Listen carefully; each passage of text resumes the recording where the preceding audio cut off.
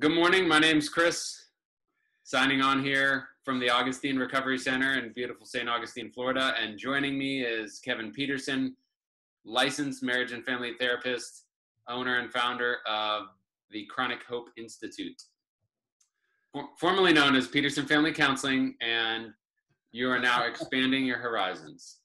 Yes, well, yeah, Petersen Family Counseling is it's a subset of the Chronic Hope Institute now, and Got it. and that'll all make sense in about a month. There'll be a new book, and there'll be a Facebook page, and then Facebook groups, and all sorts of crazy stuff going on. But we'll save that for another conversation. Okay, great.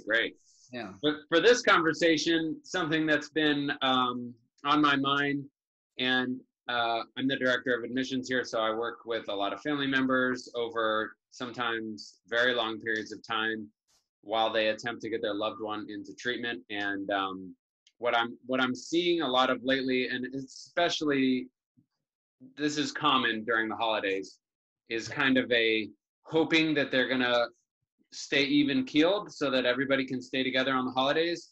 And some of the questions that come up are, I've heard about interventions. Is it time for an interventionist?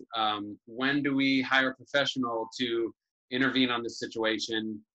Some family members know that they're allowing for too much, or that they're dragging it out, or that they're like appeasing their family members' apprehension. Some family members have no idea. They're hoping that they can avoid treatment altogether.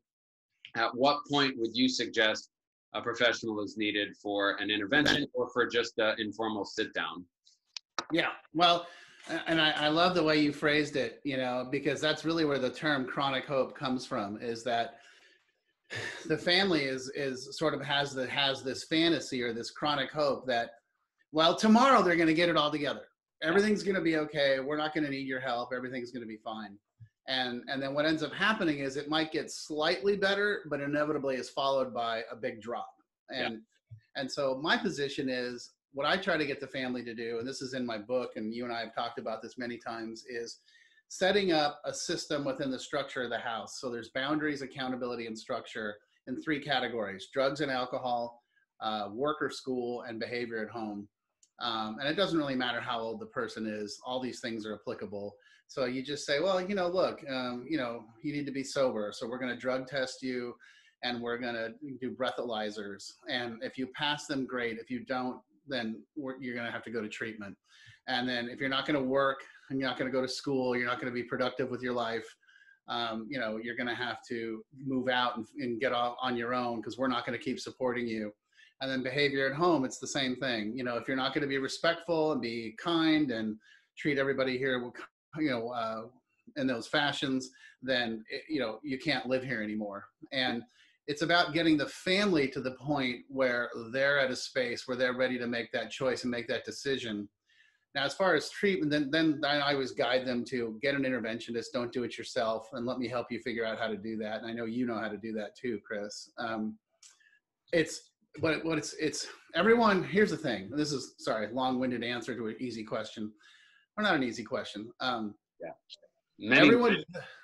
Everyone thinks it's about letting the addict or the alcoholic, letting them get to a certain place before you make a move. And I reverse that. I tell the family, it's about you guys getting to a place where we're no longer willing to tolerate this. So we're going to give them an option to get help, or they're going to be asked to remove themselves from the family. Yeah. That's a family decision, not an alcoholic addict decision. Yeah. What if, and I agree with you, and that's a lot of the language and the philosophies that, I'm presenting to family members, and it can be hard advice to swallow, but I think it could be the key to change that they're ultimately looking for.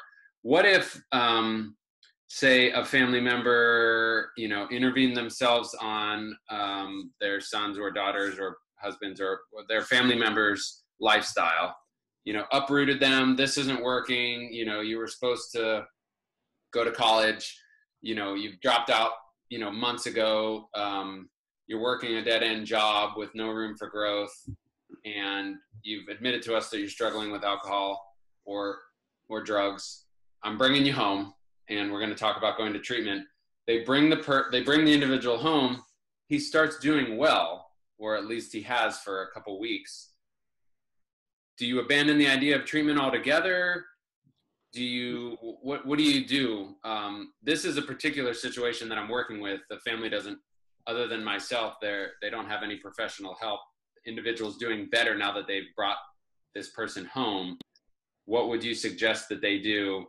And he's sure hoping that his 2 weeks of abstinence and, involvement in the family are going to, absolve him of any past wrongdoing in the family. Yeah. But the family knows that this might not be the answer, but they're hoping, I think, that they could avoid all of this. So you would say they have a chronic hope? Yeah. Which is where the name came from. Exactly what you're describing. Well, here's what I say is, let's go back to what I was talking about earlier. Let's talk about plan A. Plan A is we're going to set boundaries, accountability, and structure in drugs and alcohol, work and school, behavior at home. And if the addict or the person, the family member can get it together, great, fantastic. Just keep doing it. Keep doing the breathalyzer, keep doing the drug testing. Keep telling them they have to go to work or go to school. Keep telling them that these are the boundaries at home we have to follow.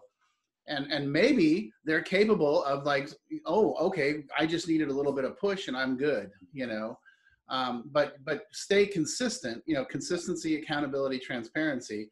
Just be consistent, hold the boundaries consistently, hold everybody accountable, and be transparent as to why, and just make it clear. We love you. We're scared about what's going on in your life. And if this continues, this is where we're going. I'm a firm believer of putting everything on all the cards on the table, no secrets, no hidden agendas. If you can't get it together, we're going to help you get it together. Yeah. And that's not codependent. That's saying, because you're giving them a choice. If they choose against it, it's like, cool, good luck. Yeah. I always draw from my personal experience, which is longer than my professional experience at this point. And it just, to me, it typically, look, addiction left untreated gets worse. It never gets better. It always gets worse.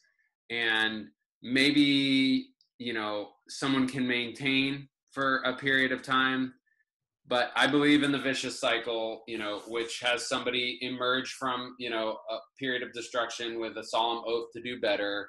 And then you introduce, spiritual malady and the craving, and it goes right back into the binge or, the period of using again. And I was stuck in that for a really long time. And what kept me in there are my periods of abstinence. Yeah. I think we talked about during one of the holiday episodes, I really valued my time with my family during the holidays, and it was a great excuse for me to tell my friends that I couldn't, hang out with them for a week, and it was kind of like a reprieve for me. And so in those moments, the addiction is telling me that if I could do this for a week, I could do this forever, but I never could do it forever. I never could do it for longer than a few days. So I'm under the impression that, that's not going to last. Now, I have been wrong. I have certainly been wrong. And I have friends who, who don't practice the same program of recovery that I do, that are abstinent and leading, full lives, healthy, full lives. But I don't see it work often. Yeah. Well, I think what you're talking about, and I agree with you, is that we can, as addicts and alcoholics, we can get to a certain point where we get it together for a while. Yeah. And then maybe we moderate or we go abstinent for a while, which to us says, oh, I've got this thing all figured out. So now it's okay for me to go to the party and have a couple of beers or smoke a little pot or whatever. Yeah. And then we're off to the races again. Yeah. And I think that's the lie that we tell ourselves. And the family the family desperately wants us to get it together and wants us to figure it out. And that's why the hardest part for someone like you or for me, when we work with the families, is getting them to see that, hey, this isn't going to get better. This is going to get worse. And the thing I always tell them is, here we are right now. This is the situation. You guys are really upset. Let's talk about what the next thing is. The next thing is going to be, you're going to be calling me from the ER, you know, or worse. And that's, I would rather pull the trigger a little early and be proactive than wait for the really bad thing to happen. Yeah. You know, and then it's like, oh my God, now we need treatment. It's like, he needed treatment 3 weeks ago or a month ago, but you guys were too scared because you're afraid he was going to be, I mean, all the excuses. He'll be mad. He won't like it. He'll go away. You know what? If he's alive, that's good. Yeah. If he's not, that's bad. You know? And if he or she goes to a good treatment center, at the very least, it's certainly not going to hurt things. You know, you leave with a head full of, even for someone who, you know, maybe they're 18. And the first time I did like a substance abuse treatment, IOP, I was in my early 20s. I certainly had, you know, a head full of reservations. I wasn't ready to make a commitment to long-term sobriety. But when I left, I had a head full of AA, a head full of recovery. I had some, you know, pretty interesting revelations. You know, you do the timeline and you do using history and all, you know, all the standard kind of IOP things. And so when, you know, what hit the fan 5-6 years later, I knew exactly where to go and what to do. And I was like, wow, those people were right. So at the very least, I think, you know, it'll benefit you when you decide to make a decision, you know, down the road for long-term recovery. And there's our new co-host. Yeah, Stella had to come by and say hi. Is that co-host potty trained? What's that? Is the co-host potty trained? What's that? No, that's why I was watching her. Well, I'm with you. Yeah. I'm with you entirely. Yeah. And yeah, we just have to, it's getting the family to understand that things aren't going to get better. They're going to get worse. There may be a flattening out period, but inevitably it's going to drop. Sure. And when things drop, you know, bad things happen, and we want to avoid the bad things, and we want to get the person help, and then we want to get the family help. Yeah. That's critical. That's just absolute critical. I agree. Well, lots to talk about. Well, we can continue next week. As always, thanks for joining me. If you're watching for the first time, we call this webisode, this web series, Recovery at Home. And we hope that you join us again next week.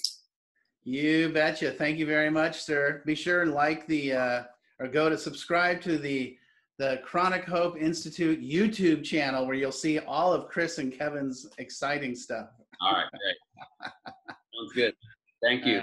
Bye, all right, buddy.